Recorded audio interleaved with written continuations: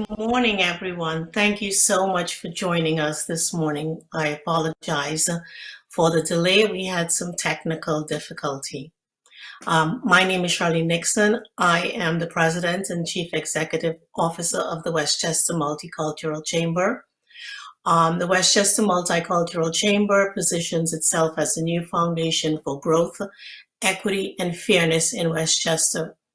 We believe that our targeted approach on leveling the playing field for our diverse community is a critical step in creating an atmosphere of inclusion. For far too long, there has been a wide chasm between privilege and poverty, resulting in a wealth of talent being considerably underutilized.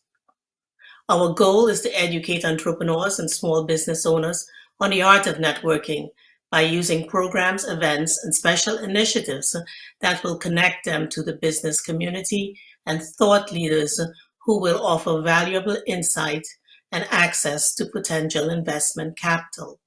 Simultaneously, we will work to expand awareness among our entire community so that everyone is inspired to contribute to our efforts and celebrate the success of others.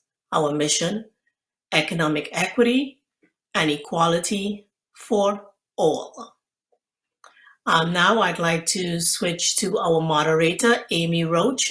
Amy is a journalist turned business storyteller. She's a veteran writer and editor, recently served as managing editor and executive director of both Westchester Magazine and 914 Inc.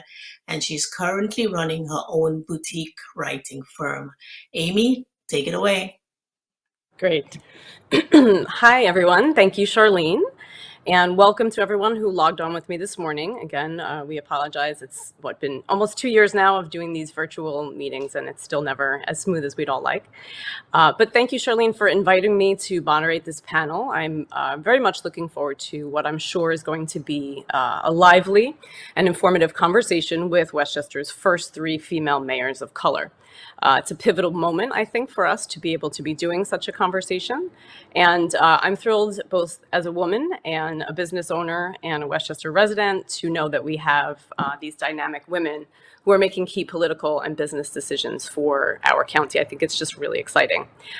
So I will tell you a little bit about each of them. They have incredibly impressive bios, and then we'll begin our discussion, where we will look at navigating the political and business climate here in Westchester. And then we'll save some time at the end for questions from the audience. So if you want to type them into the chat, I will take a look through and we'll get going. So first up, I'd like to introduce Omaira Andino.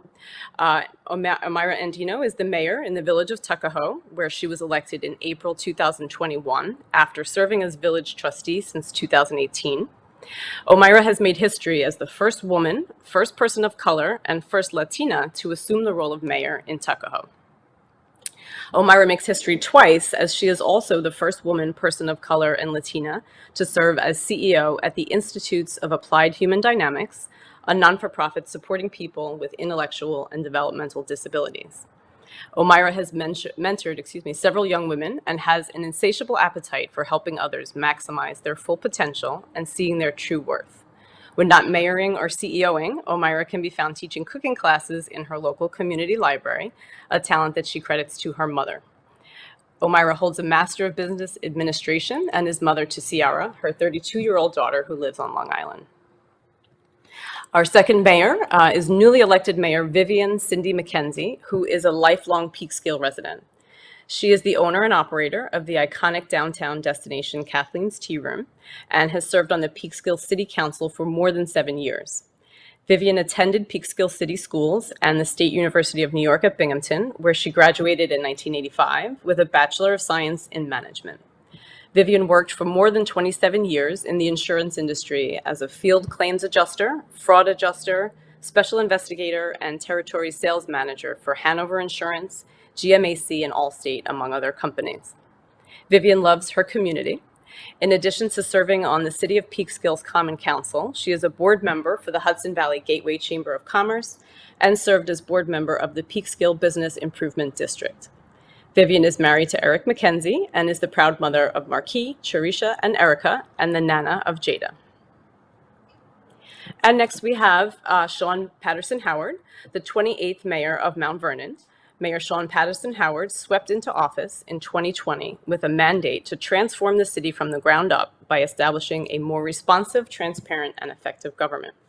Her first-term goals include strengthening youth services and education, supporting seniors and empowering them to age in place, and bolstering the quality of life for all Mount Vernon residents.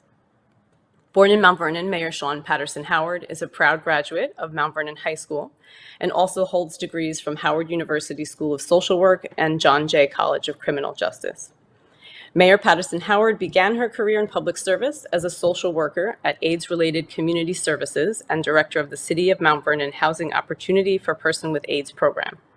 Her career also includes roles as director of Westchester County's first drug treatment court, executive director of the Mount Vernon Family YMCA, president and chief executive officer for the Yonkers Family YMCA, and commissioner of planning and community development and the executive director of the Urban Renewal Agency. In 2019, Mayor Sean Patterson Howard made history as the first woman elected mayor in the city of Mount Vernon and the first Black woman chosen for the office in Westchester County. Mayor Sean Patterson Howard proudly continues her family's century-long legacy of service to Mount Vernon with support from her husband of 32 years, Marvin Howard, and daughter Nia. So those are our three incredibly impressive mayors. And we're going to jump right in. Again, we're going to have this wide-ranging conversation where we'll talk about government and politics and business here in Westchester.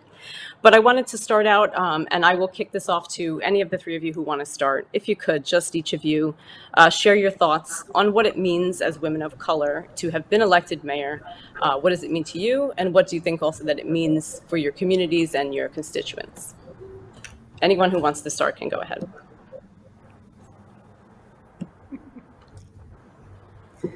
So, okay, to be elected as a woman mayor, I think is important. I think that we lead differently, we think differently.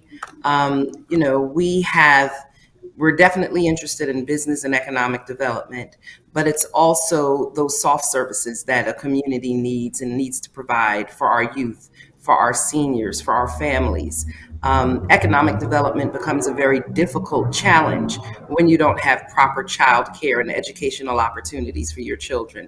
And so, for me, it's not about making history, but becoming elected, it's about making history through the impact and using my office through making impact to increase pay parity, ensuring that we have childcare opportunities in our community so that women and families can work, to make sure that we have health care.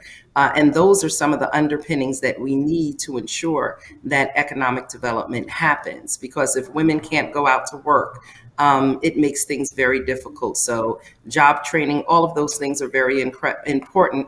And I think that as a woman, I tend to approach those things just a little bit differently. That makes sense. Yeah. Okay. Mayor McKenzie, how about you? Repeat the question for me. I was so entwined in Mayor Patterson's answer. Oh, sure.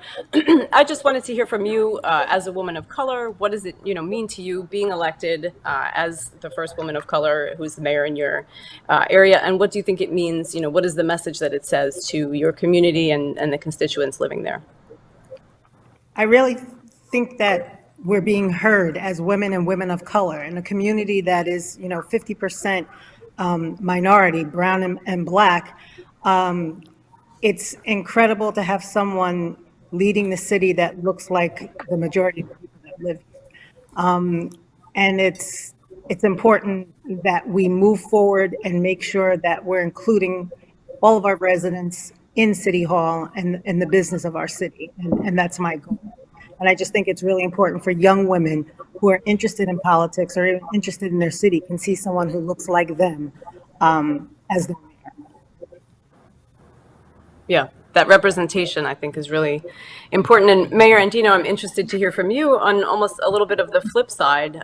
What is your experience, what does it mean to you to be elected as a woman of color in a predominantly white community of Tuckahoe? Yeah, so exactly what I was thinking. I said I'm actually the opposite of Mackenzie and Patterson. because Tuckahoe is 75% white. But I think that there is strength in diversity. Every mayor prior to me has been a white man. And so I think that to both Sean and Charlene's points, it's important for our youth, not just our Black and brown youth, but our white youth, to also see people of color in leadership so that they can also, we hear about all of these DEI initiatives, yet we're still lagging behind when it comes to women and people of color in leadership positions. And we do bring a different perspective because oftentimes we bring a different life experience. And I think it's all important. And so it's a bit of a challenge for me at times, because when people see that I'm looking at ensuring equity, they take that as being anti-white, and it's not. It's trying to level the Right. playing field and give people that have the talent and the skills and the abilities the opportunities that we haven't had in the past, even if we were Right. qualified. Right. So And some of those it, conversations. Go ahead. it hits home when I'm sworn in in April for the first time, and a 12-year-old girl, Black girl, comes to the mic and says, "Thank you, Mayor Andino. Because of you, I have hope for my future." That is a powerful statement. Just seeing me up there All of makes that. a difference for those that are coming behind. Mayor Patterson, did you want to add to that? Yes, because I had missed the second part of the question. So, one of the things that we know in our society when it comes to pay, oftentimes educational outcomes, Black women are at the bottom. And so when you improve quality of life, educational opportunities, economic empowerment for them, it's a rising tide lifts all boats. And so if you can improve life for Black women, then everyone in the community is going to benefit. It's going to be a rippling effect, and everyone will benefit when you have women in leadership. And as Mayor Andino said, representation definitely does matter. And I'd never worn braids since I was 15. I went to Senegal and I put braids in my hair for a few weeks when I was there. But last June, when I put braids in my hair, people were like, "Oh my goodness, you are wearing braids and you are a mayor, and this is incredible." And so, next thing I knew, I saw a lot of my women colleagues who are excelling as attorneys, as business women and things, in corporate America say, "I'm going to try braids. I'm going to put braids in." It's a freedom, because oftentimes in order to become successful, people tell you you have to look and act and be Eurocentric. But putting braids in my hair, for me, it was just so I could go exercise. I was gaining COVID weight, right? But for others, it said it gave freedom to be different and to walk in the fullness of who we are as women of color. Right. I think Right. it's Okay. freedom to be you, to be, be your culture and express your culture, which is so important. You said, my whole life it's always been make sure your hair is straight, make sure you're doing this, wear that. So, I mean, it's overwhelming. And just to be able to be you as the person you are that you grew up as and your culture, and still represent, it means a world. Absolutely.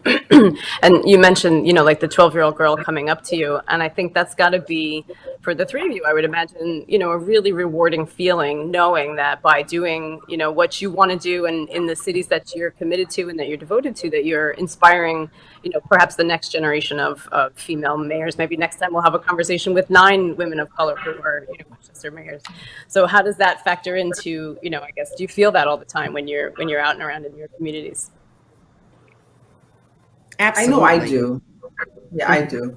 And I feel like it's a huge load to carry in a sense, because we're not just charged with running my village, cities, and making decisions for our businesses and our residents, but we're also judged in a different way. If you respond to things in a way that maybe a man would, we're going to be judged somewhat differently. I'm grateful that I'm at the point in my life where I'm pretty free and it is what it is. This is what you got. And so I can be myself. But I know for a lot of women, it's a hurdle, because now they're thinking about, okay, what should I say? What should I wear? You know, do I wear my hair in braids or not? How am I going to be, judged if I do or if I don't? So there are a lot more things that women have to contend with in Hmm. order to serve in these public roles. Right, right. I'm interested also to hear. I know you've all been in various different business and government positions here in Westchester for some time. Um, what have you seen in terms of change in Westchester? Are you still going a lot of places where you're the only female or the only, female or person of color in the room? Are you seeing more diversity and equity, in the business and political sphere, say that, compared to 10 or 15 years ago?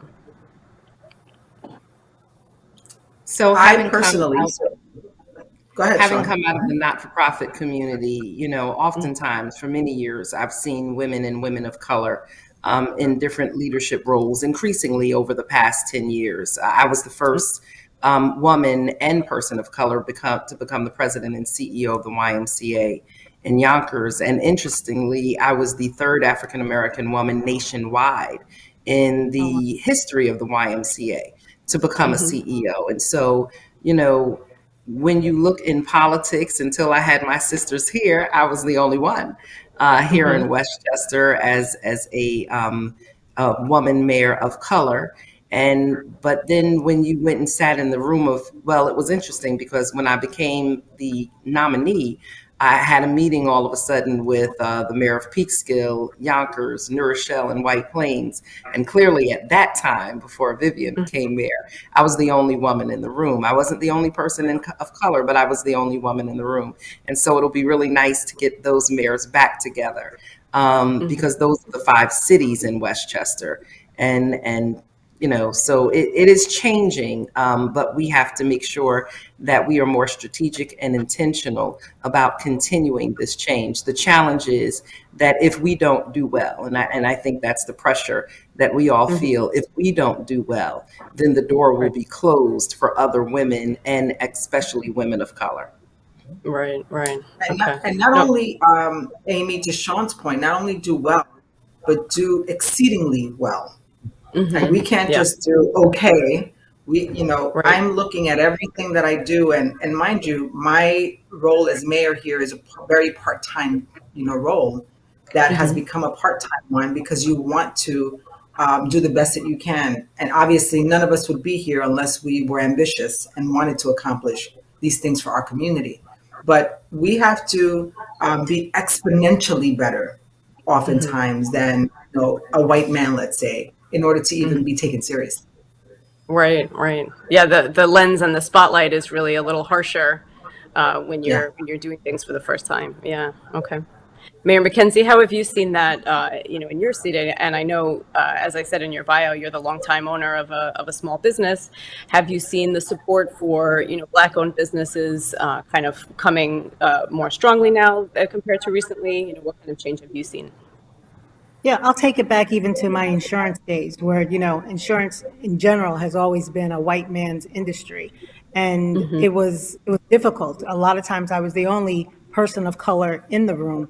As the years went on, there were a lot of women, but I was always the only woman and always had to stand above the rest to just to be on playing field with them.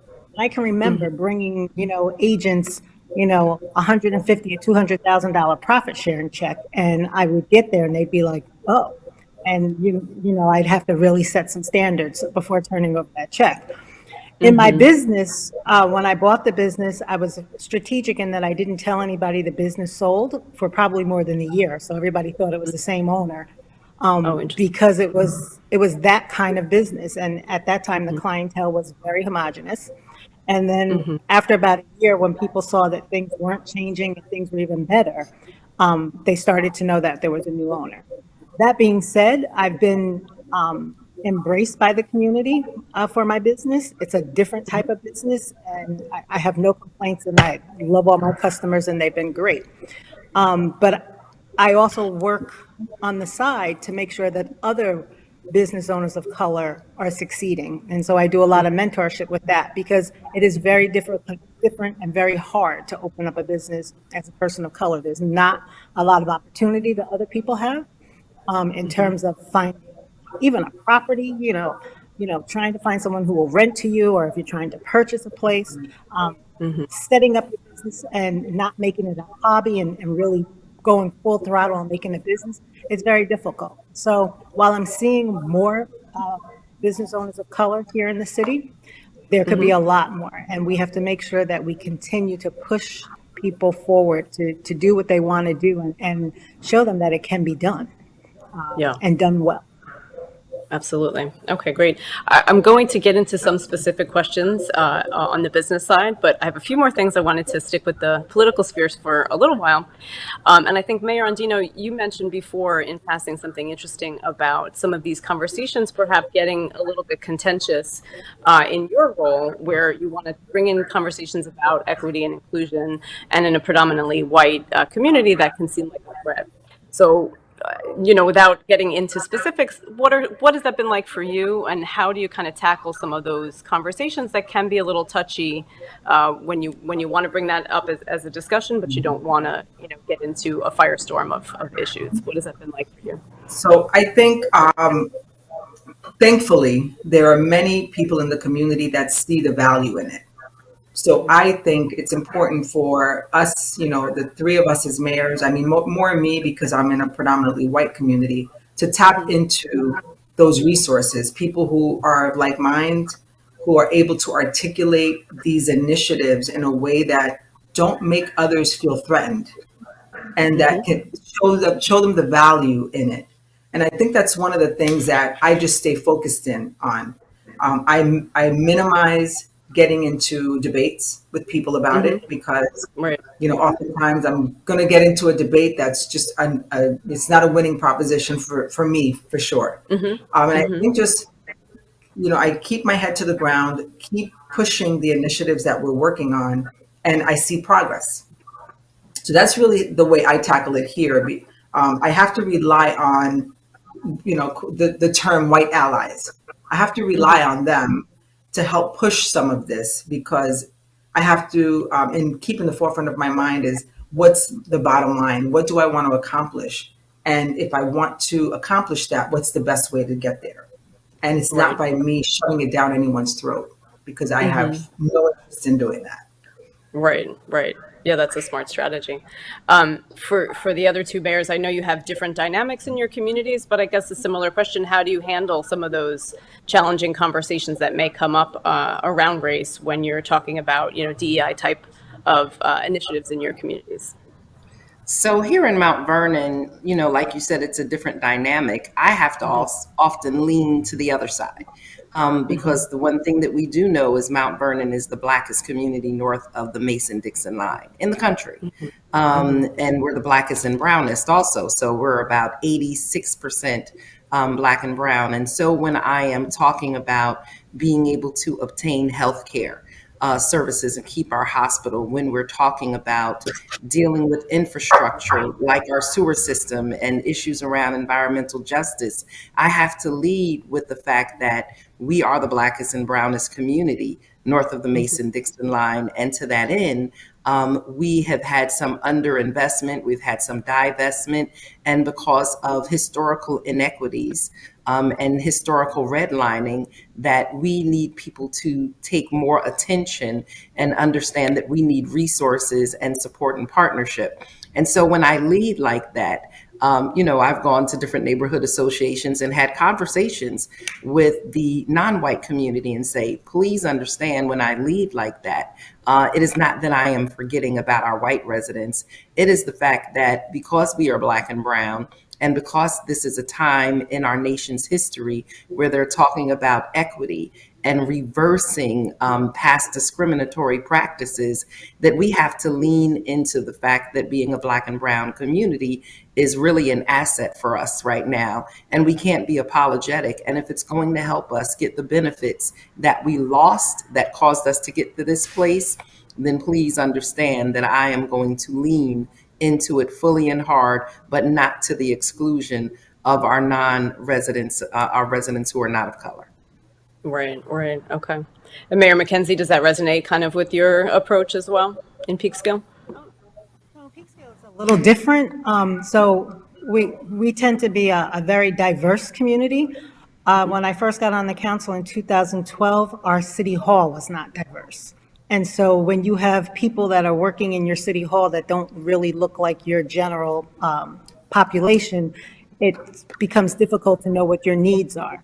And so since I've been on the council, we've really done some changes to diversify the staff here, including our court. So, we have our first African-American judge and Hispanic judge as well, making sure that City Hall is diverse in its employees so that we represent the community. So over the past 8, 9 years, we've been doing that. And now being able to fill the needs of the community is really important and understand more. So the diversity and inclusion is happening in City Hall so that we can bring that to the public. Right, right. Yeah. Okay, great. I have a relevant question that's come up from someone, an audience member, Lisa Berte. So I'm going to ask you that before I don't want to lose it because it's a good question. And she asks, with limits on the use of funds, so much of local budgets are to cover mandates. How do you anticipate making systemic change? So what are the most important changes you can make, and how do you overcome the status quo, which is so entrenched in your respective municipalities? So great sort of two-part question, and I'll kick it off with you, Mary McKenzie, if you want to give that one a shot. So for private and public partnerships are really important. Budgets for us can be very, very, very narrow. I'm sure both mayors will agree with that. So it's really important that we find organizations that we can work with and partner with. We now have a Boys and Girls Club coming to Peekskill that we are ecstatic about, but that would not have happened had we not really worked well with the developer that's here and making it happen. So those are some of the ways that we try to extend our budget. Okay, great. And I think also, Either of you, other two mayors? yeah, in Tuckahoe, we have, restored our membership in the Community Development Block Grant Program, which the village came out of at some point. And so we have to rely on a lot of grants. Our budget is much smaller than Peekskill and Sean Patterson's budget. So we have to rely on grants, and private partnerships with the government is really important to Mayor McKenzie's point. So we have partnered with pharmacies to come and help us with COVID testing and vaccines. We pulled in those partnerships, and I think it's also good that we have mayors like Sean and Charlene and Vivian who bring that business experience, because sometimes we have our people in government that's all they know is government. And so they can't think outside of that, and sometimes to the detriment of our communities.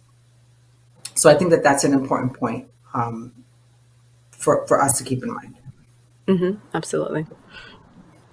And so for me, it's the same thing. I am a connector. The biggest asset that I have is I'm a connector, and I'm a person who works across sectors.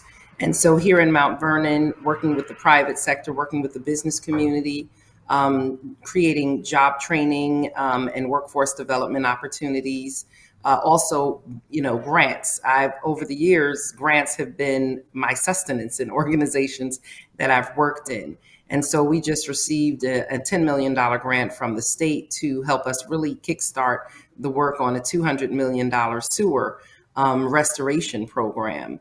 But also working with the faith-based community. Here in Mount Vernon, we don't have a lot of space. And so we do a lot of work with our faith-based community who has, a lot of community meeting rooms. And so for training opportunities, for childcare, for educational opportunities, our churches have also served as our vaccination sites and COVID testing sites. And then working with the civic organizations. I'm a community organizer. And I'm in a sorority. I'm a Delta. So working with our neighborhood associations, working with our fraternities, our sororities, and just community groups, really working with them to identify some of the challenges in the community and giving them an opportunity to step forward. We can't do this by ourselves. And when you look at our Youth Bureau budget, about 75% of it is through federal and state grants, because the city is not investing heavily and has not invested heavily traditionally in our young people here in Mount Vernon. And so We're always pressing and looking for grants and ways to expand these partnerships so that we can provide the services. And, as we move forward and we now have a new controller, we're going to be looking at opportunities for shared services and how do we reduce some of the cost burden and expand the opportunities that we have to, co-work in a co-working space. That's something I did in the not-for-profit world. Sometimes you had to share a financial manager or an HR person or some staff with other not-for-profits. And that's something that we need to use as an opportunity to look at in government, because the unfunded mandates and the kind of continual rising costs of insurance and things of that nature is outpacing the way in which our economy is growing in many cities. And so we have to become much more creative in how we govern and how we expand our resources. Yeah, I think that creativity and innovation and the focus on that, if anyone has learned anything over the last 2 years, it's that government, nonprofit, politics, whatever it is, you can't really survive right now without the ability to be creative and innovative. And that's a good segue. I'm curious to know how each of you work with your respective business communities, partnerships that you may reach out for local businesses to kind of help spur some of the initiatives and things that you want to work on in your communities. What are those partnerships like, and how do you believe that will enact change for your residents? So here, I work hand in hand with our chamber, and we also have a business improvement district board. So making sure that I keep connections with those two organizations, both for the city and for other businesses in town, are really important. And then also mentoring groups, working a lot with the government in terms of some of the programs that they have for MWBE and empowerment groups for women with business. I keep a close tie with that. I think it's really important to make sure that the community knows the opportunities that are available in those organizations and utilize them. Absolutely. And I think the same for me in Tuckahoe. I have developed a really close relationship. I stay very close to our chamber board chair, and we're working on, and it's sort of evolving over time, but a business advisory council that talks to us as the board and gives us feedback and advice on what are the issues that are impacting our business community that the village could help. And it really struck me when I was a village trustee that we had one of our long 20-year yoga business went out of business, and I didn't know about it until it was all said and done. And so one of the things that I vowed to do was to make sure that I stay close to our business community to help prevent any businesses from going under, especially during COVID. So any information that we got, I made sure I pushed out to them. We have monthly meetings and we discuss the issues that are impacting the community. And, to go a bit further, this is the Westchester Multicultural Chamber event. I've been talking to a lot of the people in the community that I see have an ability to open up their own business, who have talent, skills that they have to offer. But to Mayor Patterson's point, it's hard for them to get into business. So I've been having those conversations with them and pushing them to look at the resources that are available to them that they may not know that are there in order to help them achieve those goals. Right. Okay. Let's dig into that a little bit. I know you all have experience both personally and in your positions, in working with and helping to promote diverse-owned businesses. What are some of the challenges that you're seeing, for somebody today who wants to open a business in Westchester? What are some of those challenges, and what are some of the programs, both locally in your own municipalities and at a county level, that are out there, to help would-be entrepreneurs? So here in Mount Vernon, some of the organizations that we've worked with, especially for entrepreneurs and small businesses, are SCORE, WEDC. We've worked with the county in their economic development. They have a Catalyst program and a training program for. We also are partnering with WeWork. We've worked with the Community Capital of New York, the Small Business Administration. We've had them come here. Of course, our chamber and our merchants associations are working together. But then also we are really intentionally partnering with the banks, with the local banks, because one of the biggest challenges, especially to minority-owned businesses, is access to capital. And so how do you make yourself credit worthy? So we have created here in Mount Vernon a financial navigators program that initially was really working with people around housing needs and COVID recovery, but that's also available for our businesses. So we have in onboarding, we're doing in our IDA, we created a director of business development and compliance. And again, we did that during COVID time to help people around compliance. But what we found in working with a lot of those businesses, some of them didn't have certificates of occupancy. They didn't have certificates of tenancy. And if something happens in your business and your insurance looks back and you can't produce those documents, it can affect your insurance. And so instead of being punitive, really, Ms. Mack helps businesses, along with the building department, walk through the process of getting all the paperwork and documentation in place, working and building and bridging relationships with the bank. And I'm just going to say it like this, because this has kind of been one of my mottos. You can't treat your business that feeds your family like a side hustle. And so the days of doing all of your business off the books, and not paying taxes, that might help you in the beginning when you're just struggling, but you can't grow your business like that because you have to have a balance sheet. You have to be able to show a profit. And so with that, really working with them to move more into a business sense with financial management so that they can go and gain access to capital. Another thing that we found is marketing was very difficult, especially during COVID, as a lot of the physical stores closed, that a lot of our small businesses did not have an online presence. So really working with them to develop marketing plans, connecting them with some of the young people and younger entrepreneurs in our community to help build websites, social media footprints and things of that nature. So really access to capital, marketing and having that business plan and connecting with organizations like WETC SCORE, the Chamber of Commerce, the County Office of Economic Development have been really important for us. Okay, those are fantastic. And I know, Mayor McKenzie, you kind of mentioned that you like to champion the idea of how important it is to network outside of your comfort zone. So can you talk a little bit about, how you think that's helpful for diverse-owned businesses, and how do you do that? How do you get to network in a different spot?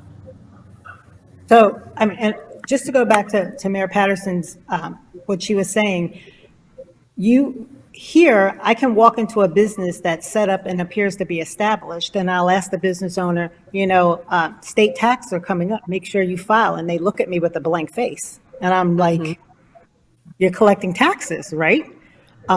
You've been in business for 6 months, you've missed the deadline. So, walking into other businesses and, where's your health certificate? And having a restaurant, I can look at certain things and go, yeah, this is not right. So here, you just know that's not right. So here it's about having to get that business owner to realize that this is not a side hustle or a hobby, and how they need to really organize their business. Because during COVID, our chamber was phenomenal.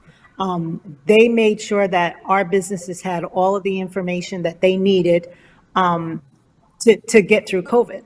But in our chamber, there are very few minority-owned businesses. And being a member in that chamber, we've brought that to the attention, and they're very aware. So they started a equity and inclusion diversity committee, which has really been working hard.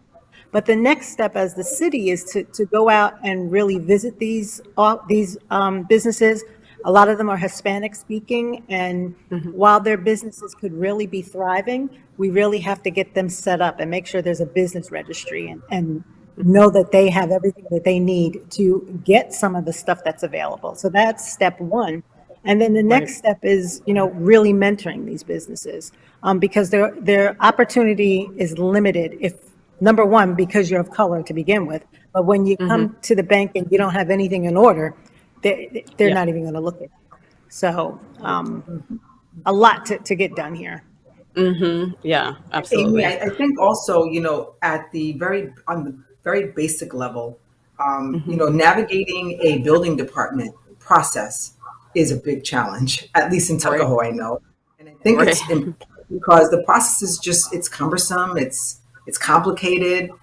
There are like intricacies that if you don't know and understand, you can miss the mark and then you wind up with fines.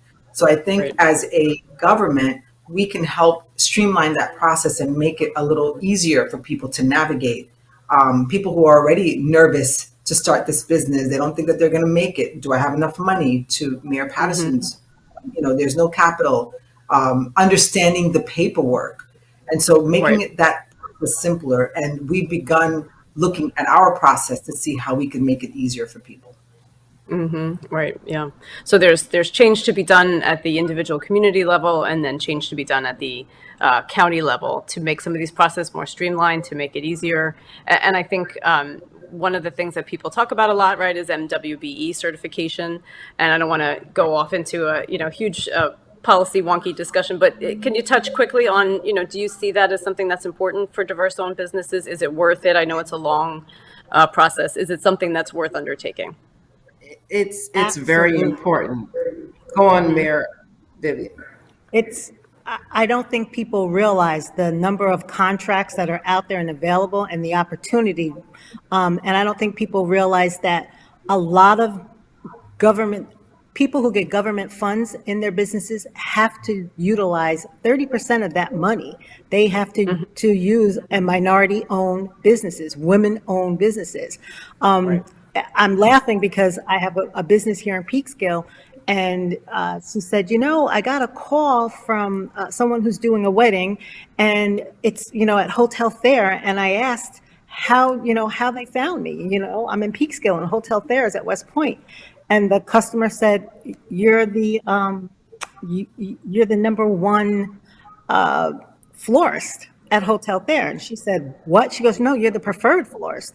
And she was like, I am? So I said to her, I said, you're MWBE certified, remember? And that's a government agency, and they Right. need to do that.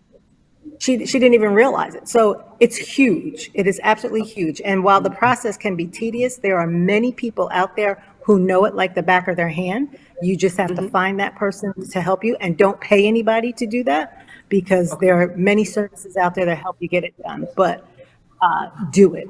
It is worthwhile. Okay, great. And for me, having had been, having had run the YMCA, and 70% of our funding was grant funded from the state and federal government, it was oftentimes very difficult for me to find MWBEs. I could find women and minority owned businesses, but they had not gone through the certification process. And it made it very difficult. And what also made it frustrating is when a business presents themselves as an MWBE, but they really are not. This is Oh. the woman, the wife is fronting to be the owner of the company for her husband and his partners. Or sometimes you have a company that is not minority, put a minority as their point person to bring that business to you, and it's kind of, it's not really a substantial partnership or ownership. And so that's important. One thing that I'm doing here, and last night I was able to present the legislation to the city council, and I believe prayerfully on Wednesday they're going to approve it. We use some of our ARP monies, our American Rescue Plan monies, to create a position, Director of Economic Development, Empowerment, and Equity. And so I am really incredibly excited about this new position and this new office. It will work very closely with our planning department and our urban renewal agency to help Mount Vernon really build out a network, a comprehensive network of empowerment and equitable services around economic development. And so this is something that we're looking forward to. I've already identified my individual that I'm going to hire, and they are an expert in MWBE work, an expert in working with small businesses grow.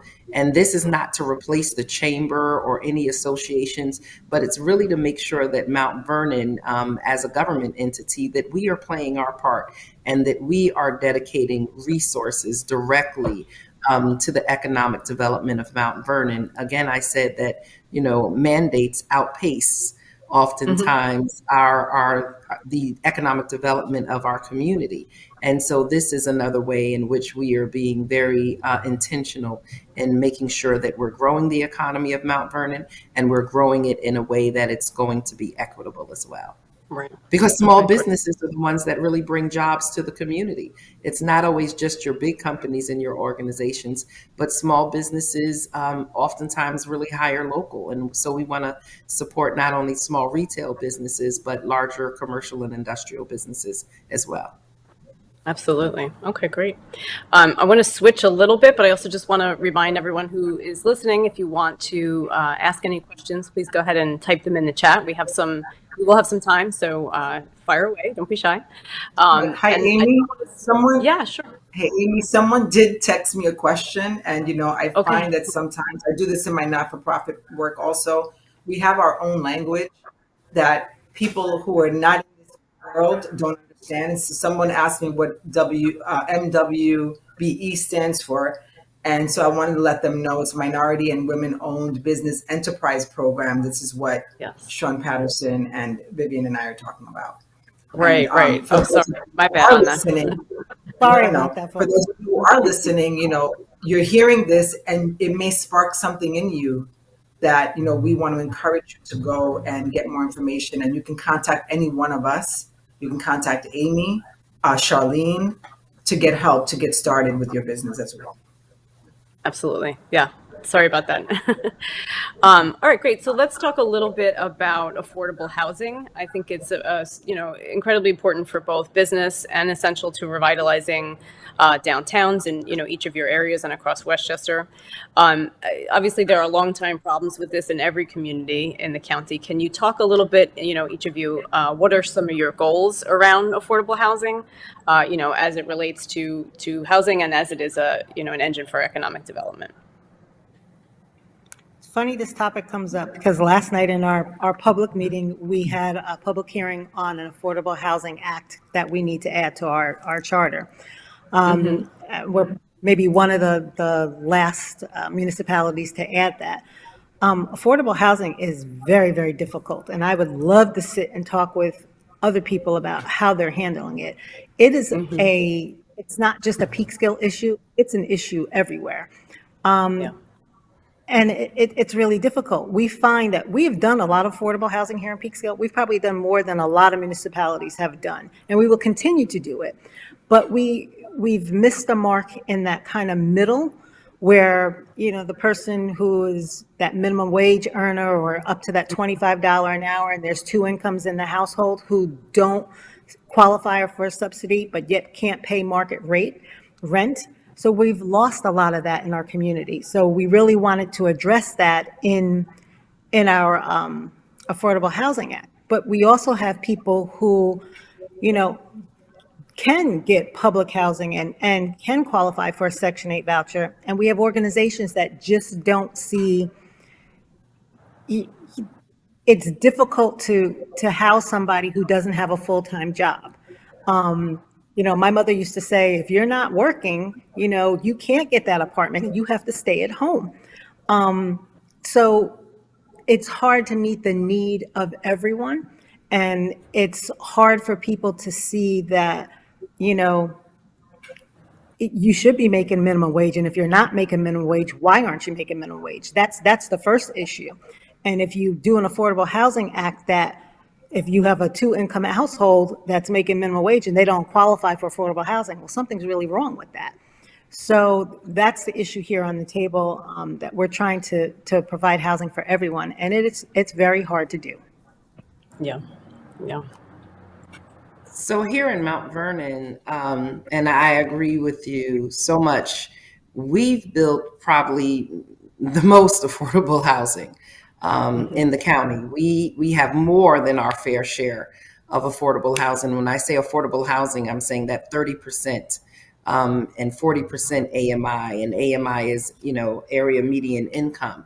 And agreeing with you again, Mayor, the housing that we have not created enough of is that workforce housing, for people making, between 65 and 80,000, $85,000. We have not created a lot of that housing.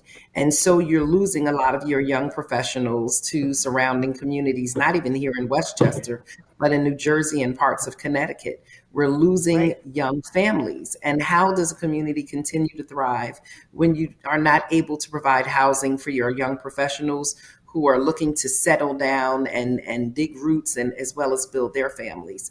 Another challenge, when you talk about affordable housing all the way down to 30 and 40% AMI, is how does it pay for itself? Mhm. Because those developers are always coming and looking for a big pilot, payment in lieu of taxes. Here in Mount Vernon, we just can't afford that any longer. Mhm. We have sewer and other infrastructure challenges. We need revenue from housing projects in order to provide the services. And if you're Mhm. giving a big discount in taxes, how are you paying for policing? How are you paying for those things? And so one of the things that the way that I look at it is not just building more affordable housing, but it's really investing in the people who have historically and generationally required affordable housing, and Mhm. helping to increase their income. You'll never be able to build enough affordable housing. But again, Right. you can help to upskill and reskill people so that they can make higher incomes and have more opportunities. The more education, the more skills you have, the more options you have. And options is very empowering. So, Mhm. insofar as us building a lot of 30% housing, 40% housing, don't see that. That's Right. nothing, something that the city cannot afford at this time. But we absolutely have to find a way to hold on to those middle income earners here in the city, Mhm. and then continue to provide job opportunities and job training for those who need more help in increasing their income so that they can afford housing. The other Right. challenge is this, and I'm going to say this, and I've said it before. When you do a lot of affordable housing projects, and the developers come to you and they're using state funding from, DHCR or something of that nature, you can't say that that housing is strictly for your residents. If the developers are getting a subsidy, then you cannot give a residential preference. And so what Mhm. happens is, if you are not doing very targeted marketing and really big pushing on the government and community end, then 67%, 70% of the people who are able to benefit from that new project can be people from outside of your community. Because Right. Right. honestly, people from New York City are much more skilled at grabbing and taking advantage of those things. They look for it. Here in Mount Vernon, it was interesting when people see a new structure going up and they see one of those signs saying apply now, and they don't Mhm. stop and look at the income guidelines. They don't look to apply oftentimes until we're having a ribbon cutting. And by the Mhm. time the building is finished and it's looking good, Oh, Right. the applications have already been sent in. They've already picked people through a lottery system. And far too often, this is in the past, I've seen our residents lose out in a very big way. And so Right. as I speak to developers, I say, while you may not be able to give preference to Mount Vernon residents, you have to find a way to aggressively outreach to our Mount Vernon residents. And in the government, we will work with you and work with some of our faith-based organizations to reach them. Mount Vernon is one of the densest communities in the country. And so, if we're going to build affordable housing, we really need to make sure that it is for those people who live here and who have stuck in this community with us for a long Mhm. time, and not Yeah. just benefiting people from outside. And then our residents continue to double and triple up. And that's one of the Right. big challenges that we have. Yeah. Yeah. And I think with Mount Vernon, with your, really close proximity to Manhattan and to the city and to transportation, I've certainly seen some of those developments, and it looks like they're being marketed to New York City residents, younger, maybe millennials, get out of the city where you're paying exorbitant rents and you could, you have the same commute from Mount Vernon. And obviously that's a different dynamic from, the residents in your city who are looking for a nicer, more affordable place to live. So I'm sure that's a challenge for you there. It's a Yeah, challenge. interesting. And Mayor Andino, Tuckahoe, again, a totally different dynamic. What is the affordable housing Yeah. situation and conversation there? So, compared to, obviously, compared to Peekskill and Mount Vernon, we don't have as much, but Yeah. per capita, we probably do. We have a pretty good amount of affordable housing. The challenge here, in my view, is that we're pretty segregated. A lot of the affordable housing units are owned or rented by Black and Brown people. And it's a Right. segregated community. We're a diverse community, much more so than our neighboring Bronxville and Eastchester, who have much less, if any, affordable housing at all. So one of the things that we've done is we repealed the workforce housing laws on the books to start from scratch and to use the model that the county offers us. So we're going to be working on that. We had a number of priorities prior to that. So that's one thing that we did, and now we're going to be looking at that. And some of the goals are to make sure that the affordable housing is dispersed better in the village, so that if developers are coming in, there's a percentage of whatever projects they're working on that are designated just for certain units to be affordable housing units. And some people view this as a black and white thing, and it's not. We have many lifelong residents here, to Mayor Patterson's point, who have had to move, who've called me and said, I can't afford to live in Tuckahoe anymore. Seniors who can't afford to live here, whose families have to now figure out where they're going to go. So I think that we have a responsibility to be able to, to bring that opportunity into our communities, notwithstanding that people from outside may come in, but being welcoming, but making sure that the people who are here have these opportunities and have access to them, that they know that they're there. Right. Okay. Got it. Great. And I wanted to back up the conversation a little bit. I know we're getting close to running out of time. Wanted to give you each a chance to kind of say, again, I know you're all fairly new to the roles. Talk a little bit about what are your goals for, the first term, and what are you hoping to accomplish? And, if available, what do you think you have already, kind of begun to put into motion that you're excited about? We'll start with you, Mayor McKenzie. We'll go in that order. So some goals, you're right, being 11 days in, some goal. We got to get to work right away. Let's go. Oh, please.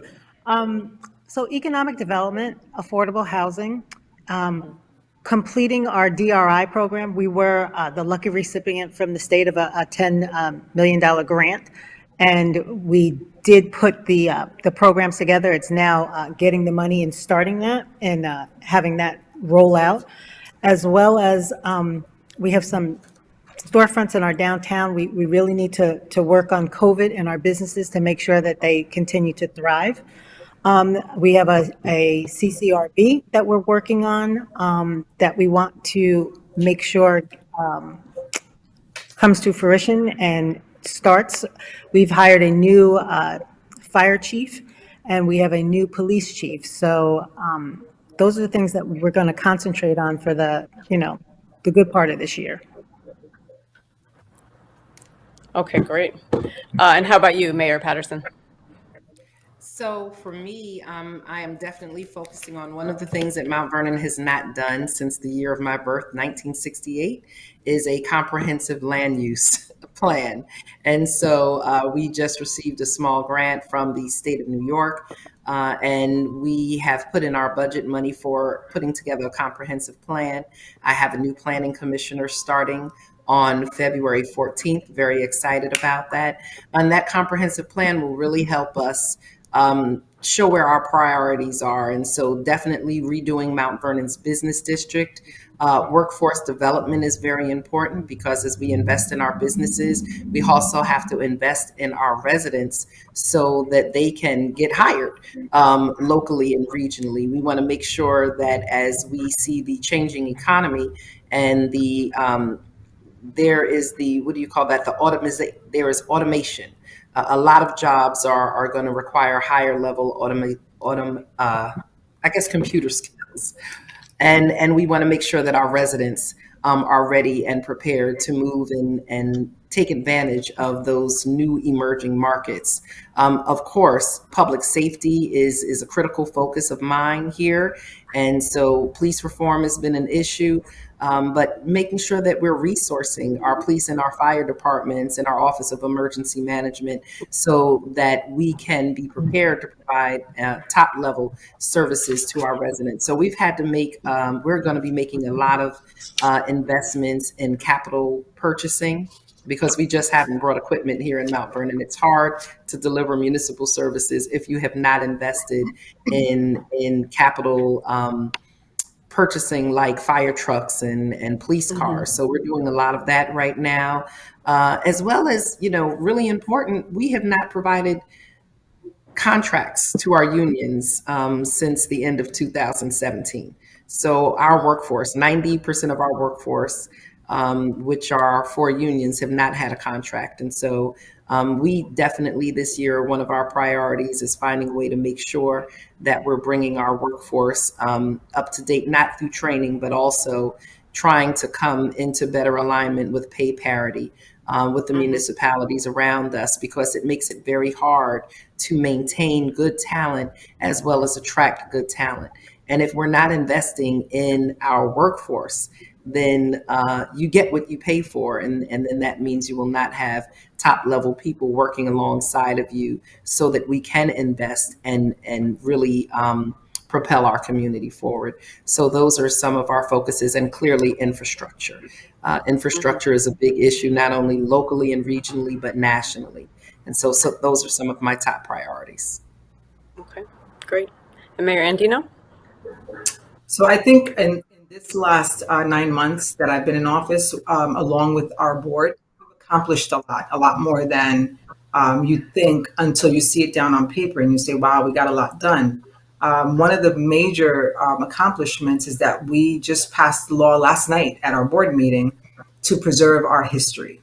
We had not had historic preservation laws in place, and we were risking losing a lot of our sites, historic sites. That was a major accomplishment that I think a lot of people went to sleep a little easier last night, knowing that that was in place. Some of the things that we're looking to accomplish this year and continue to work on is response to COVID-19. That has been, over the last 2 years, our priority. As we're working on other things, we keep that at the forefront to make sure that we give people access to testing and vaccines and masks. They can find those things through government with our partnerships that we've made, in the private sector. And I think that that's important for us to keep that at the forefront until we've gotten past this, and that's probably going to be a while. We also have begun to work on our comprehensive master plan. We're looking for committee members to serve on that, the master plan committee. So that's going to be a big undertaking this year. Infrastructure updates to our sewer system. We bonded for our traffic lights to be upgraded. We've already begun getting our roads repaved, because often we're waiting for either the county to pave this one road, and we're a lot of Band-Aid fixes. We got a lot of that done. And so it's just quality of life. Local government is about your quality of life.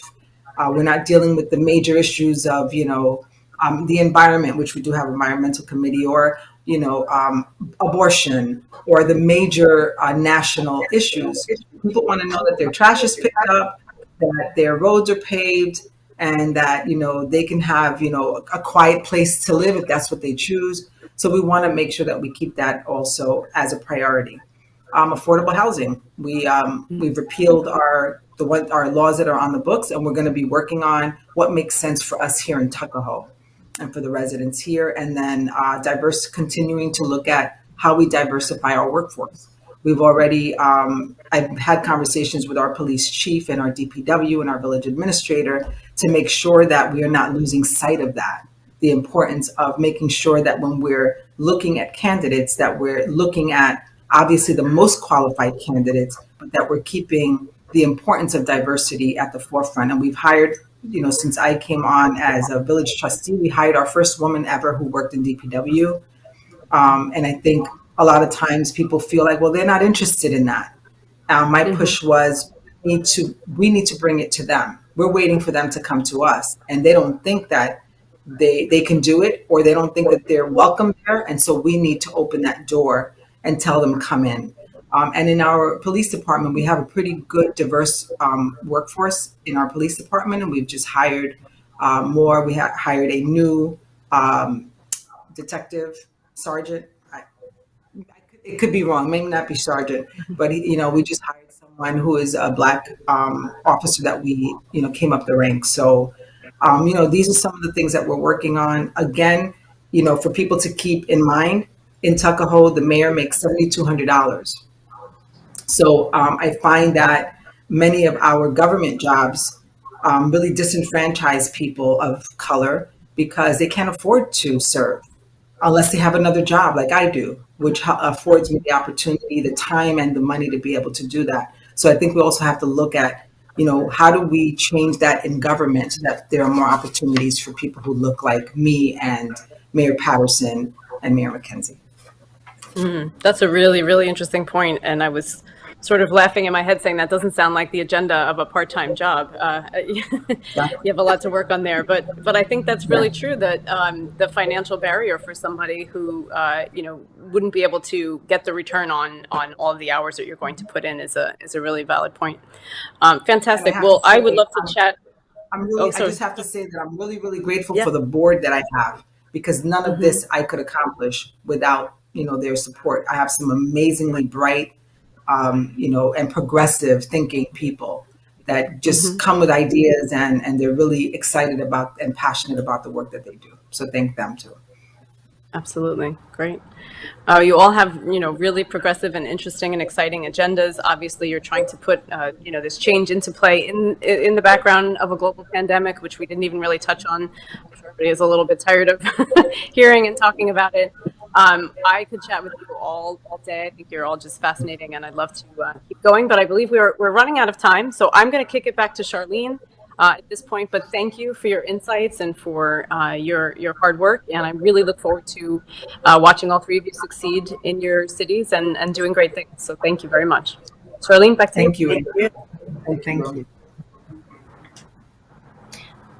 Thank you, everyone. I'd like to thank our mayors for carving this time out to spend with us, share some of the solutions, share their unique point of view. And we at the Westchester Multicultural Chamber look forward to continuing to support you and getting your message out there. At the Westchester Multicultural Chamber, our goal is to work with all of the municipalities to share the information so that everyone has equal access to all of the information. I saw there was a question regarding WMBE certified. Where can they get the contract opportunities? On our website, we are actually building a platform that's connected to the state that will be able to filter through and see what's available and how you can access it. In addition, our programs are specifically designed to plug, what's missing to make business succeed, not just networking. We know the three things that causes business to fail is money, marketing, and management. Our programs are designed to give you information on all of those things, how to access it, how to use it so that your business can succeed and be sustainable during difficult times. So with that, again, I'd like to thank our mayors. It was great seeing you. It was great having you. I feel very honored. I'm very, very honored. And I would also like to thank our corporate sponsor, Tompkins Bank, they have definitely been walking the talk. They believe in inclusion, they believe in equity. So again, thank you very much.